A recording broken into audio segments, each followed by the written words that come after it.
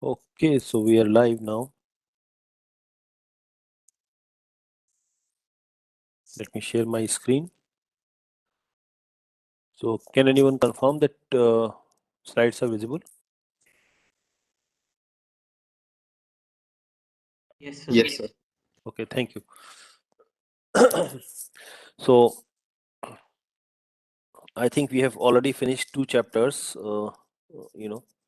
and today we are going to start a new chapter on ciphers, especially symmetric key cryptography. We are going to first focus on block ciphers, and then we are going to focus on stream ciphers. So in fact, I will be discussing about DES, digital encryption standards, and then advanced encryption standards, AES. So before discussing these 2 ciphers, I need to give you some basic background and also a general strategy how these ciphers are constructed. So okay, so basically what we are saying that now we are going to focus on symmetric cryptography. Okay, this is what the topic. So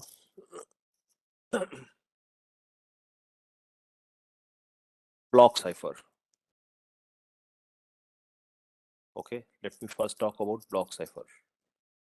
So in general, actually, so block cipher consisting of a sequence of permutation and substitution operations.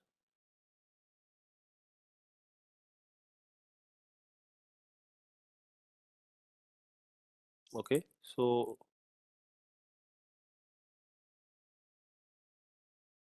1 minute.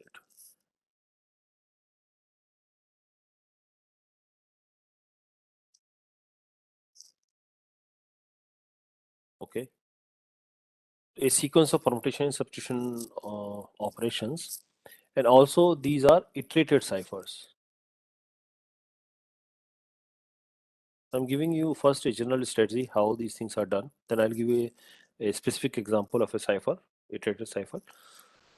So these iterated ciphers consisting of 2 things mainly: round functions,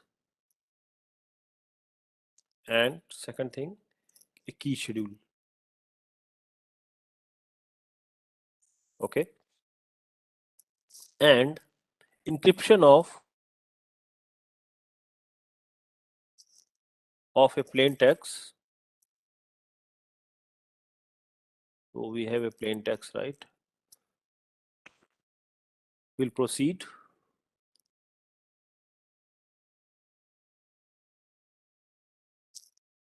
through n similar rounds.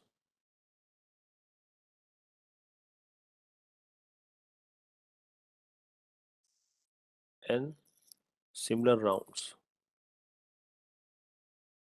Okay, so first you start with plain text, then we do these kind of round operations, uh, but it involves a key schedule. So using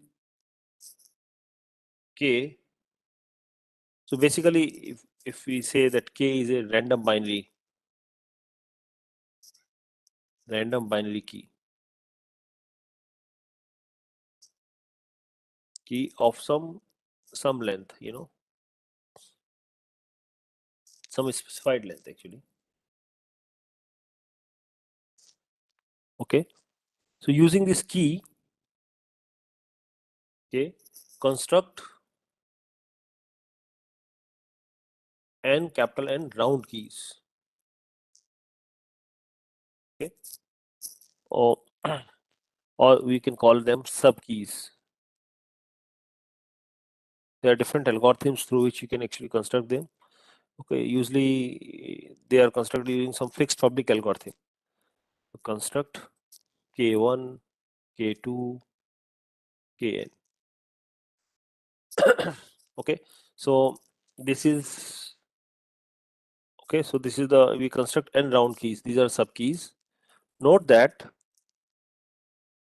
list of round keys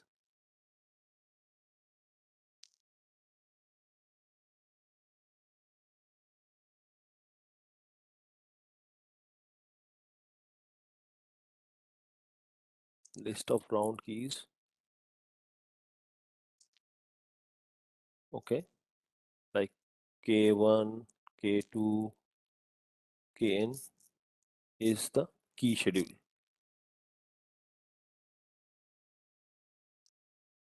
I will give you an example so it will be much more clear how these things are done. Okay, so key schedule constructed from k using some fixed public algorithm, you know.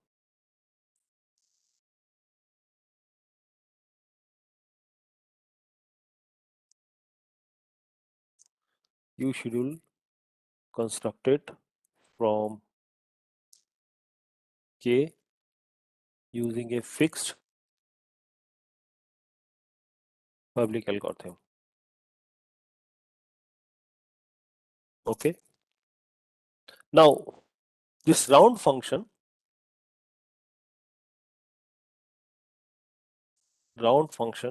g basically takes two inputs, one a round key AR and a current state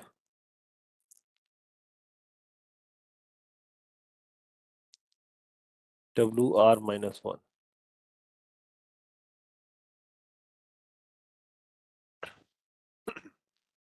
Okay, and the next state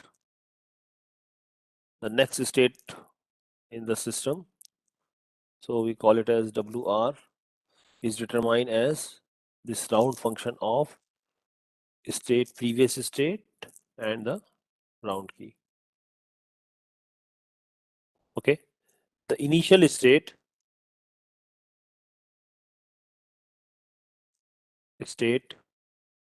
W0 is equal to X is a plain text.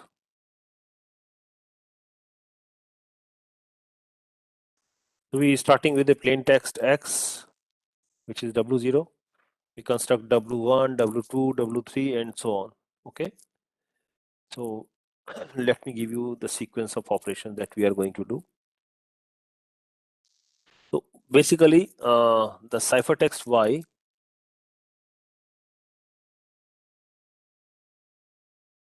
Y is the state after all n rounds have been performed. You know, once all n rounds have been performed, whatever is resultant is Y. So for example, so W0 is our initial thing, plain text. W1 is function of W0 and K1. Okay, W2 is round function of W1, K2. Keep on going like this. Wn minus 1 is a function of Wn minus 2 and Kn minus 1. Then Wn is round function of Wn minus 1 comma Kn. And finally, after n rounds, Y is whatever is the state Wn, right? So this is basic process, basically how this is your plain text and this is your final ciphertext involving round function in states and the key schedule k1. In each round we are operating like this. Any question at this point? So this is a encryption part. This is how encryption is done. So as you can see that we have round function and key schedule encryption of a plain text after n similar rounds. You know, k is a random binary key of some specified length. Using k, we construct n round keys, which are sub keys.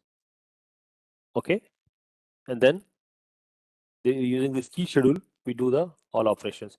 Now, if we want to do the decryption, G should be injective function. Okay, so for decryption, G should be injective function, means 1 to 1.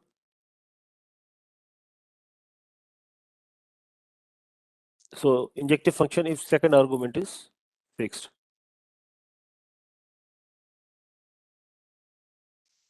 Okay, so that is G inverse exists such that G inverse of G of W comma Y and Y is equal to W for all W and Y. So decryption process goes like this. Wn is our ciphertext goes into Wn, then Wn minus 1 is G inverse of Wn comma Kn, right? So on.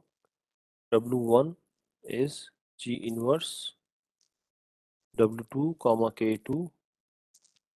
W0 is G inverse of W1 comma K1, and finally whatever is the content of W0 is nothing but our plain text.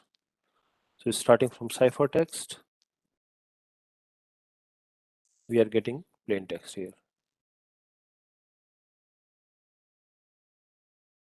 Okay, so provided G is a injective function, 1-to-1 function, then we can do these operations.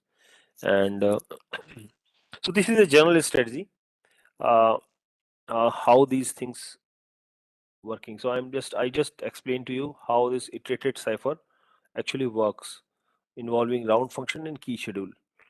Now I'll give you a very specific example of iterated cipher known as SPN, substitution permutation network. Okay.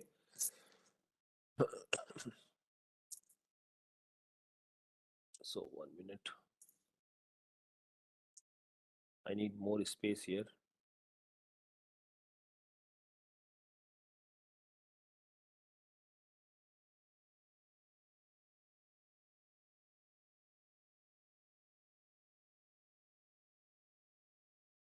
Okay, so I need more space here. Anyway, so we want to talk about substitution permutation network known as SPN. So it is a simple iterated cipher. So later on you will see that with some modifications this can be converted into DES, digital encryption standards, and AES, so at least we should know how this works. Okay, so we start with two positive integers L and M, positive integers L and M. Then we start with plain text. Plain text, we are assuming it's a binary vector of length L into M. Okay, so basically LM is the block length of the cipher. This is known as block length. Okay, so plain text is a binary vector of length L M. Cipher text is again a binary vector of length L into M. Now there are two components. As the name suggests, substitution and permutation. There are two components specified by these functions, pi of s and pi of p of the cipher. What is pi of s is known as substitution box or also known as S box for short, S box or substitution box, right? So what are these two functions? Let me look into details. So substitution permutation network involves substitution and permutation, right? So pi s is a permutation on binary strings. So basically, is a permutation of the 2 raised for L bit strings of length L. Because there will be 2 raised for L binary strings here, 2 raised for L binary strings here, right? So pi s is kind of permutation of these binary strings, right? Essentially, it is nothing but a substitution. Then pi p is a function from 1 up to Lm going to 1 up to Lm. This is a permutation of the integers 1, 2, 3 up to Lm. Okay. So note that pi s is used to replace L bits with some other L bits, right? So I think I should put as a remark here just to note that pi s is used to replace L bits with a different set of L bits, right? Is a permutation of the two is for L bit strings of length L. There are 2 is for L strings here, 2 is for L strings here. So we are just changing the whole vector actually. Whereas in case of pi p, so pi p is used to permute Lm bits by changing their order.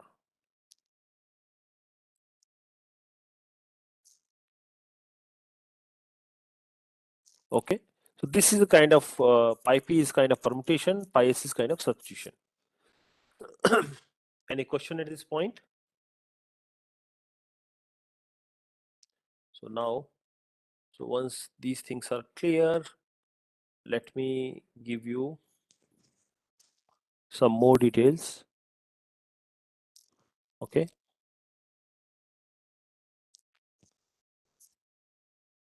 Now, given an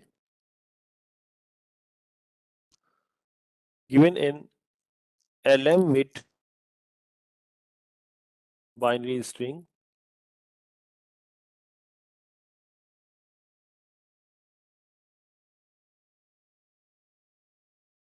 say x is equal to x1, x2, xlm.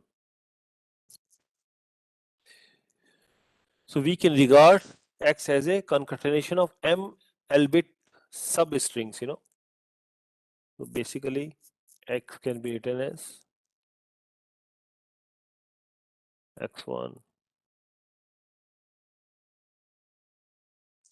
where for 1 less than equal to I less than equal to m, x, the symbol I is nothing but xi minus 1 into L plus 1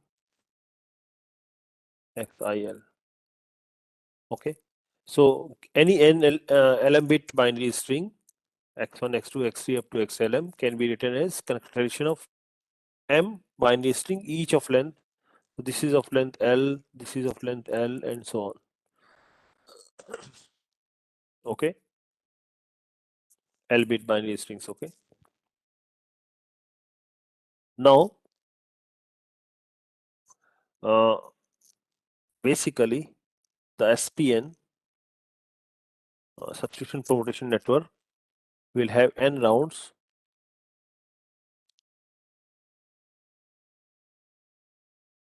and in each round,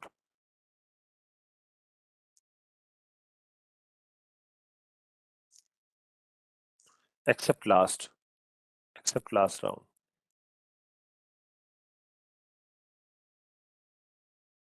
So SPN will have n rounds, just like the general strategy we have, except except last round. We will perform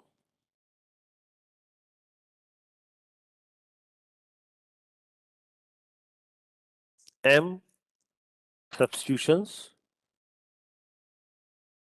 using pi s, followed by a permutation using pi p function, right? And prior to each substitution operation, we will incorporate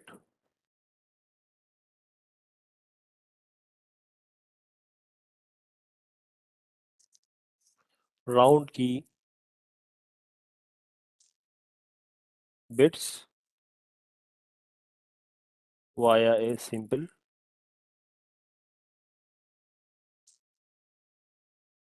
exclusive OR operation.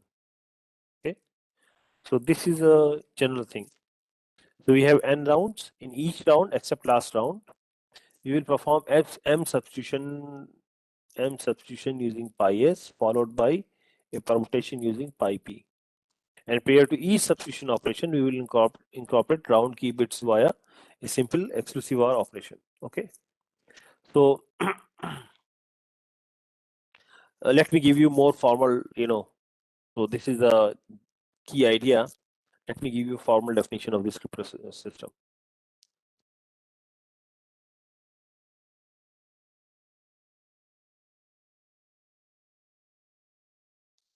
SPN. Okay, so L, M, N are positive integers. Okay, pi s is a permutation, and pi p. So this is basically a substitution.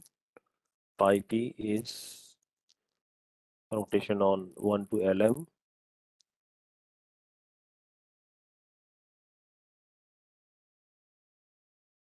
Permutation. Plain text and ciphertext coming from binary strings of length LM, right? K, our key, subset of 0, 1, LM raised to power n plus 1, consisting of all possible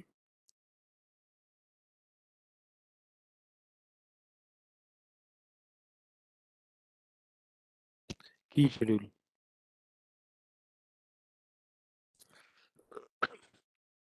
that can be obtained from initial key.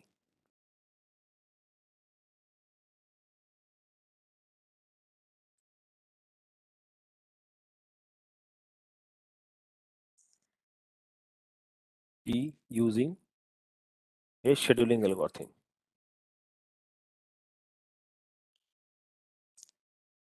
Okay. So for a key schedule K1, K2, Kn plus 1, we encrypt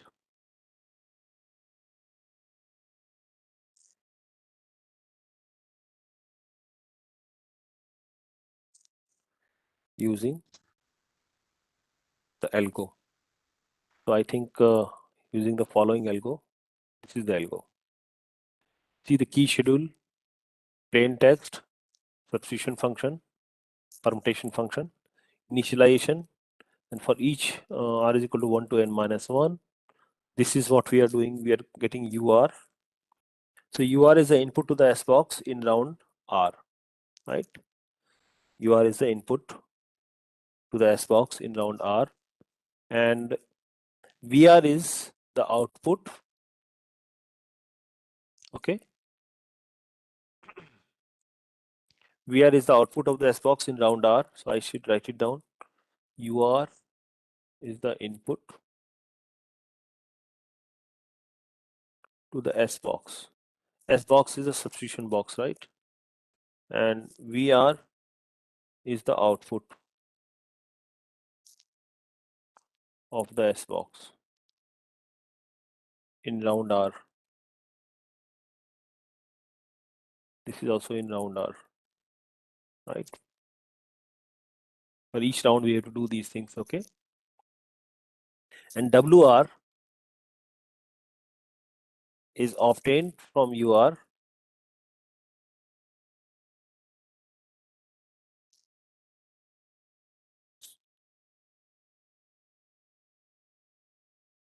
so obtained from VR actually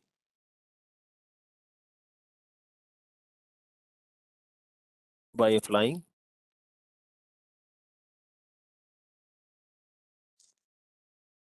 the permutation pi p.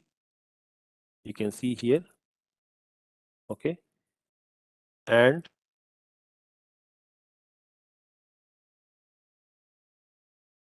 then UR plus 1 is constructed from WR. Okay, this is how you construct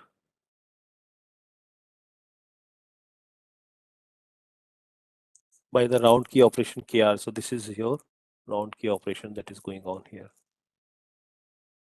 This is known as round key mixing.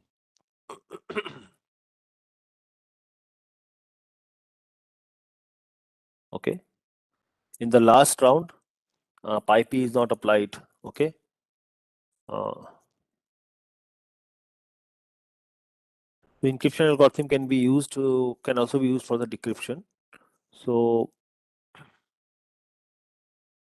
okay, and the first and the last operation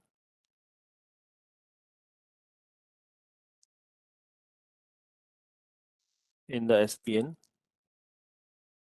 are, you can see that exclusive R with keys, sub keys basically. This process is known as whitening. Okay, so this is the algorithm that we are going to use for SPN. Okay, so so let me give you example, a small example how this algorithm is working actually, so that you know a little bit more details. Okay, so example,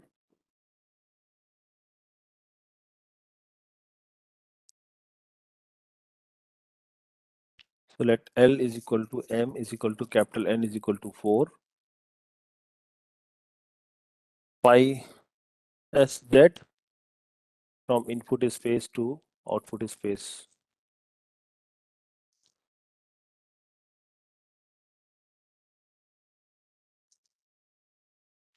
Written in, I mean these things are written in hexadecimal notation.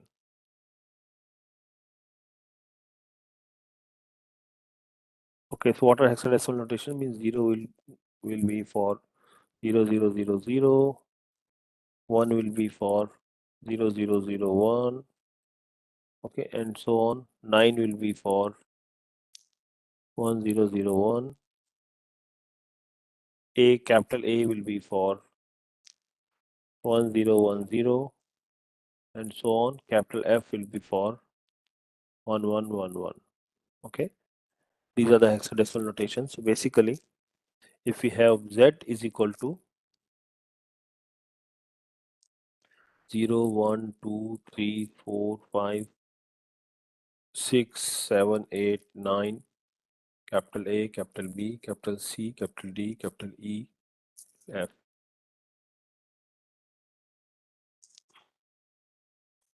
So pi z, pi s of z, I think I can just write it down like this.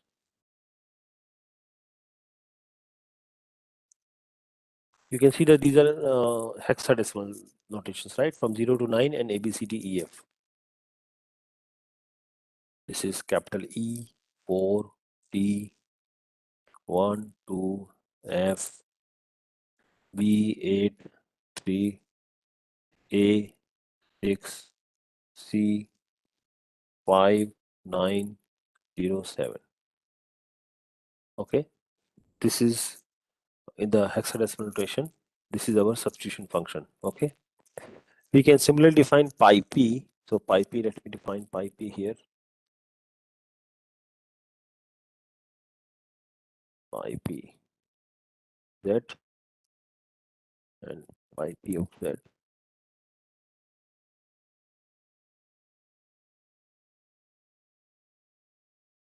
Okay, so we have 1, 2, 3, 4, 5, 6, 7, 8, 9, 10, 11, 12, 13, 14, 15, 16.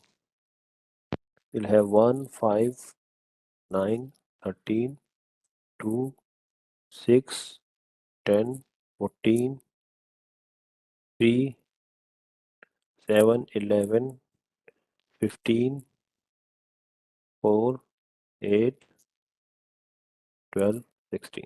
This is our permutation and this is our substitution. So actually, I can show you now the pictorial representation of this algorithm here. Here is the algorithm.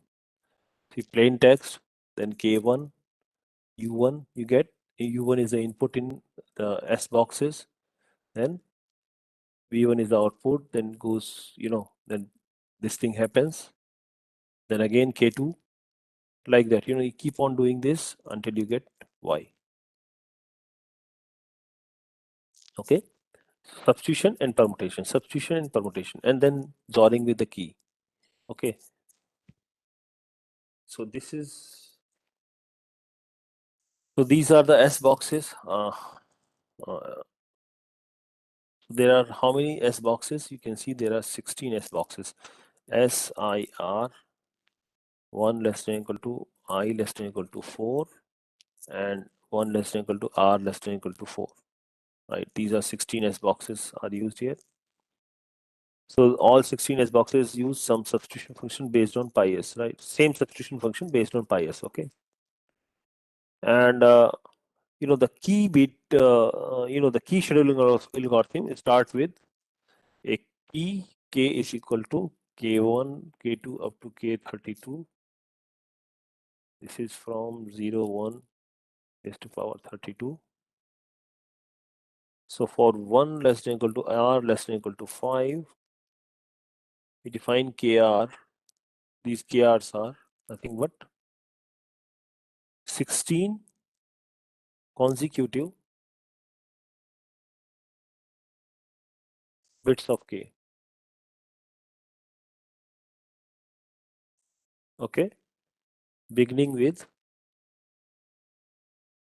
k4r minus 3. So let me give you one thing. I should mention that this is not very secure, but just to explain to you this scheduling algorithm. Okay, so kr consists of 16 consecutive bits of k beginning with k4r minus 3. So here is the picture. If k is here, you see 32 bits, right? Then k1 is, you see, you take this, and this. This is your k1. Next, starting from 100, 1001, 0100, and 110. This is your k2, right? Like this, k3, k4, you get all k5. Okay. So this is how you get the keys. And suppose the plain text is this. Suppose this is the plain text. Now, when you apply this S boxes and these key operations and the substitution and permutation ones, so you know we have X, U1, V1, W1, U2, V2, W2, and so on up to Y. Here is what we get.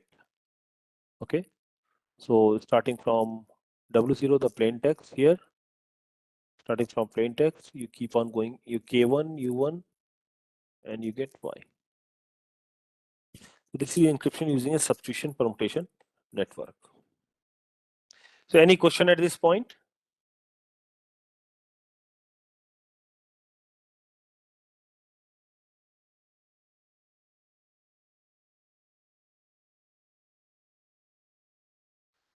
Okay, now this cipher, Sir, yes, sir, you told that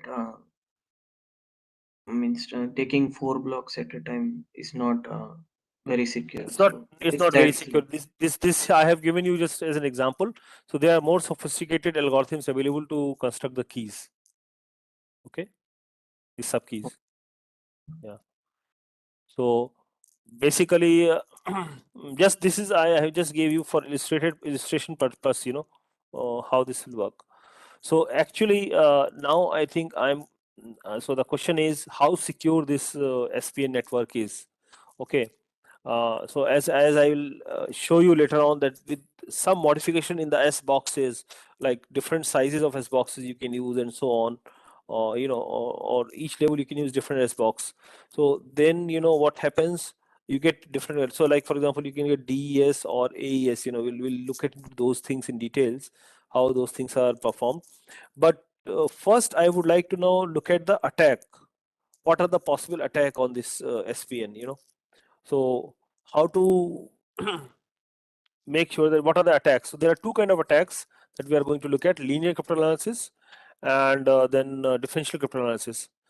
And of course, again, it will use some sort of probabilities. Probabilities are very, very useful for us to really understand what is happening. Okay, so basically, I can say that SPN is not secure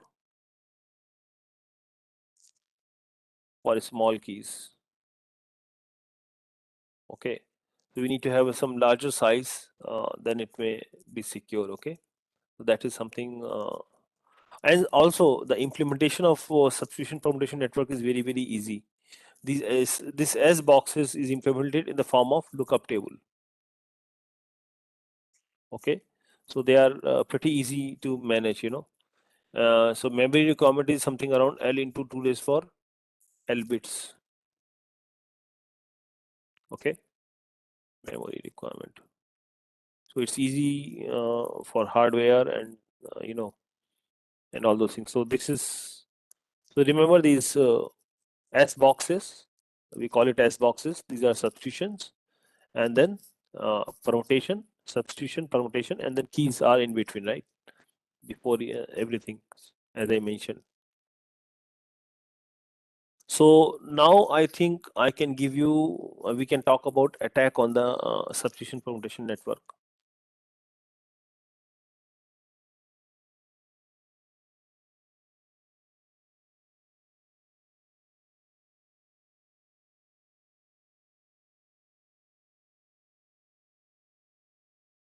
Okay. So first, I am going to explain what is known as linear cryptanalysis.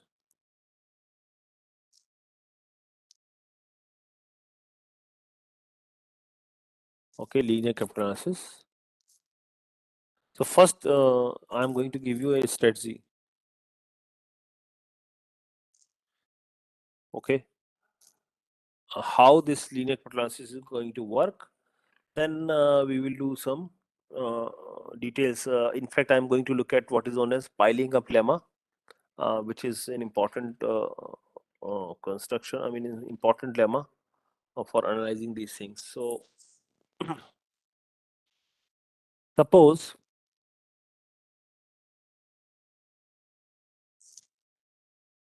it is possible.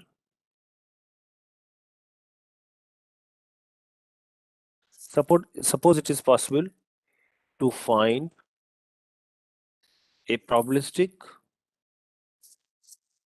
linear relationship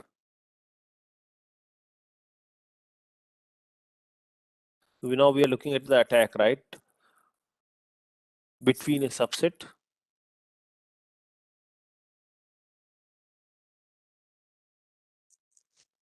of plain text bits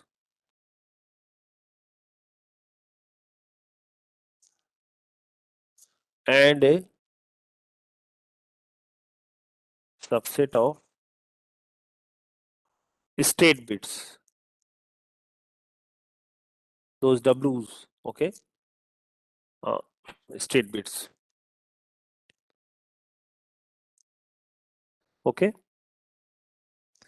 So suppose it is possible to find a probabilistic relationship between a subset of plain text bits and a subset of state bits immediately preceding the substitution performed in the last round, okay. In other words, what does that mean?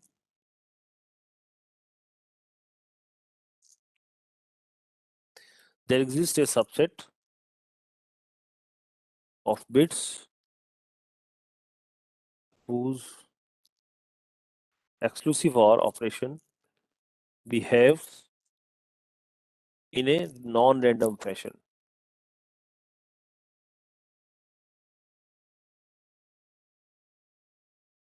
Okay, so that means it takes on the value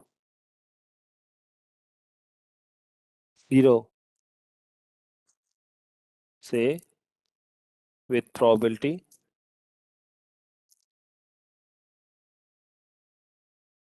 bounded away from half.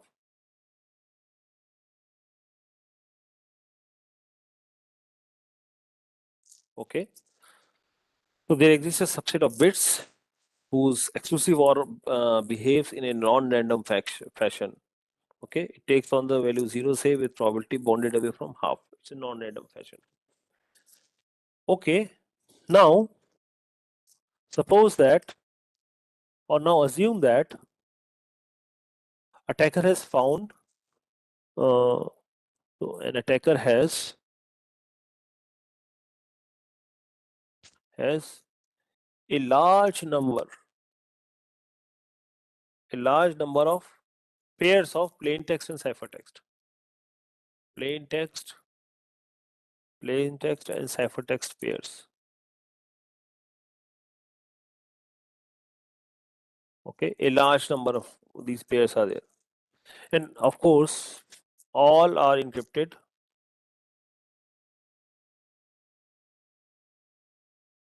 with same unknown key.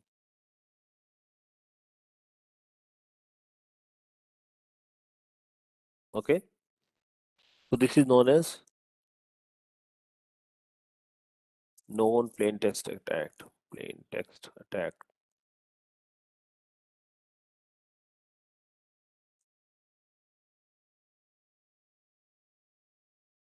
Okay, so now since attacker has a large number of plain text and ciphertext pairs, for each of the pair,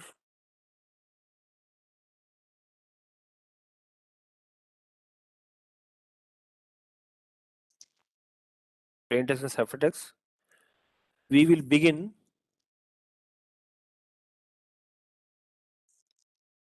to decrypt the ciphertext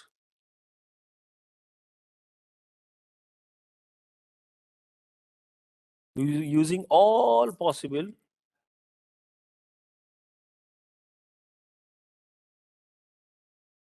candidate keys.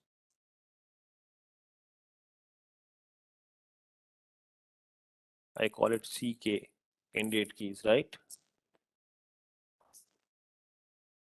For the last round of the cipher.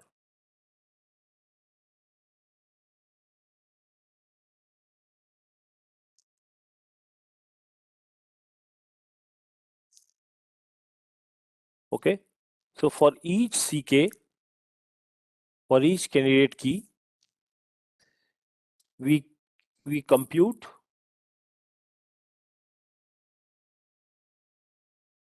the values of the relevant state bits involved. Which state, right? In the linear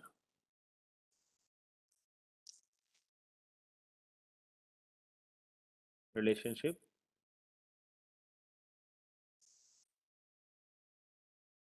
And determine if the relationship holds.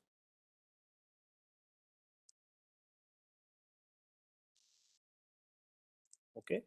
So for each candidate key, we compute the values of the relevant state bits involved in the linear relationship and determine if the relationship holds. Right. So this is our tick. So whenever it relationship holds, so whenever it does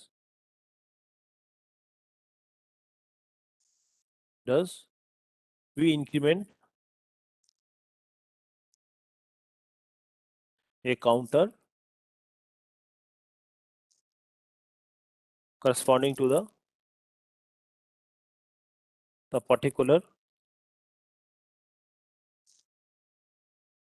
candidate key. Okay. At the end of the process,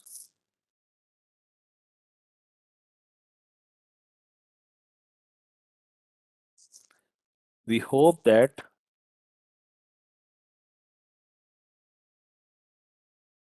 the candidate key that has frequency count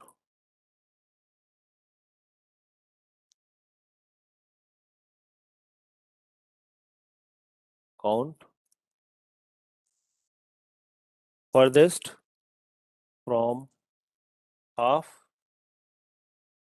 times the number of plain text and ciphertext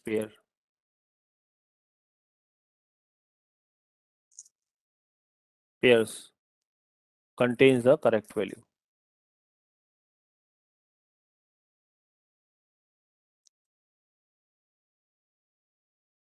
For these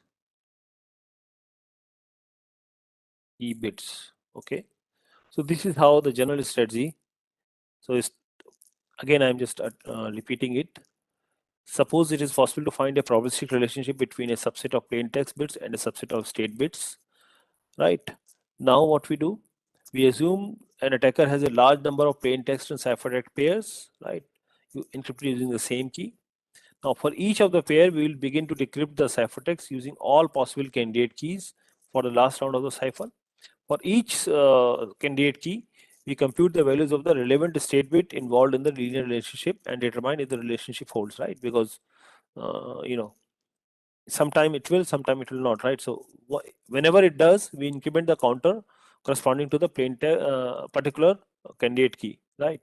At the end of the process, we hope that the candidate key that has frequency count furthest up from half times the number of plain text and ciphertext pairs contains the correct values for those key bits. So this is a general strategy. So I think now we can look at very specific probabilistic details how this will happen. So first of all, I am going to talk about the piling lemma.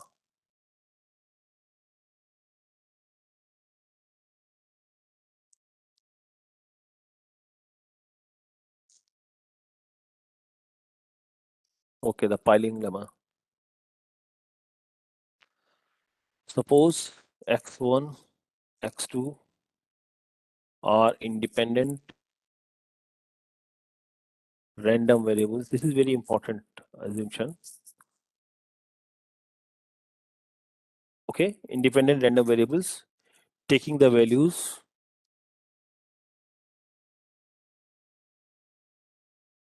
from the set 0, 1, and suppose p1, p2 real numbers like this for every I. So suppose that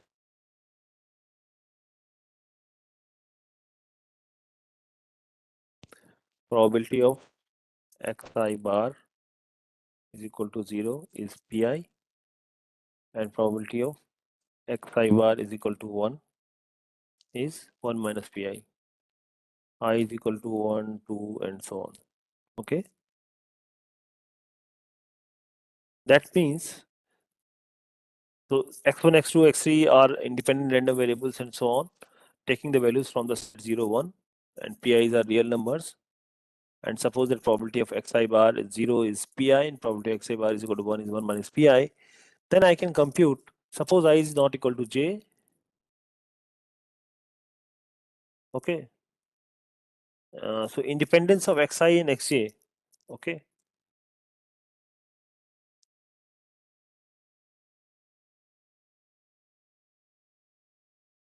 Will imply something important here. That probability of xi is equal to 0 and xj is equal to 0 will be what? This is pi. For 0 it is pi, right? Pi into pj, right? The product of both, right? Then probability of xi is equal to 0 and xj is equal to 1.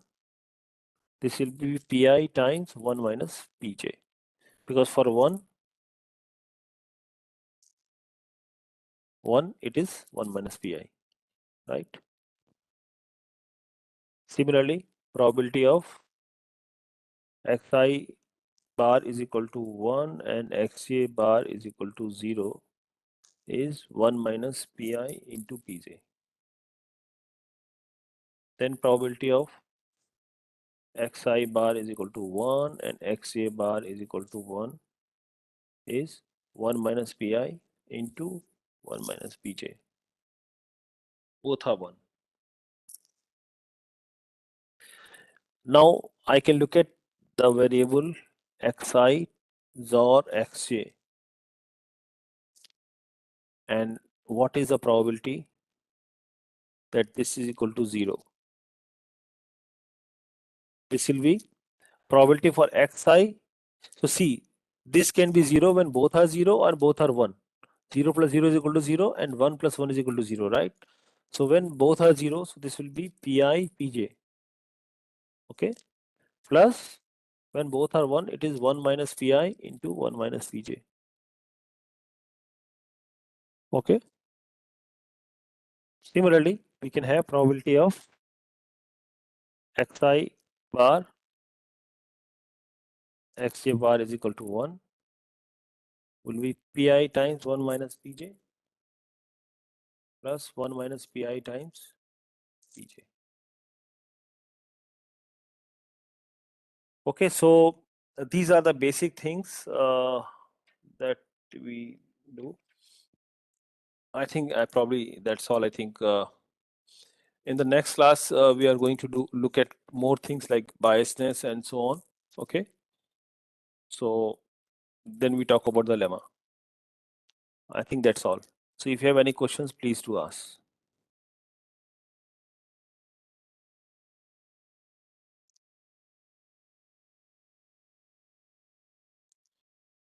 Okay, so now I'll show you how these probabilities will be useful in computing in showing the piling up lemma, and then we'll use the piling up lemma later on in doing in when I'll give you a specific attack on SPN. Okay, so that's all. I think I'll end the lecture today.